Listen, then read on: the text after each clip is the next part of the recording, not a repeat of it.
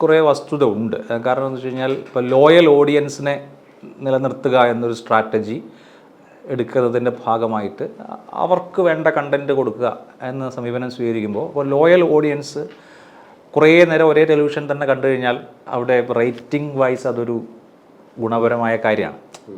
Even Sabarimala കാലത്ത് Janam T V റേറ്റിങ്ങിൽ വലിയ hype ഉണ്ടാക്കിയത് യഥാർത്ഥത്തിൽ ഒരുപാട് അധികം വ്യൂവേഴ്സ് അവിടേക്ക് വന്നു എന്നുള്ളതല്ല, മറിച്ച് കൂടുതൽ സമയം കണ്ടുകൊണ്ടിരുന്ന ആളുകൾ കൂടുതൽ സമയം അത് കണ്ടു എന്നുള്ളതുകൊണ്ടാണ്.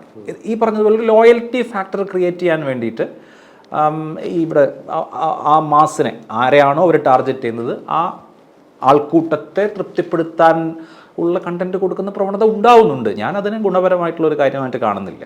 ഒരു ജനാധിപത്യ ബോധമുള്ള ഒരു മലയാളി ശരിയായ വാർത്ത ശരിയായ രീതിയിൽ മനസ്സിലാക്കാൻ ആഗ്രഹിക്കുന്ന ഒരാൾ ഇന്ന് എന്ത് ചെയ്യണം?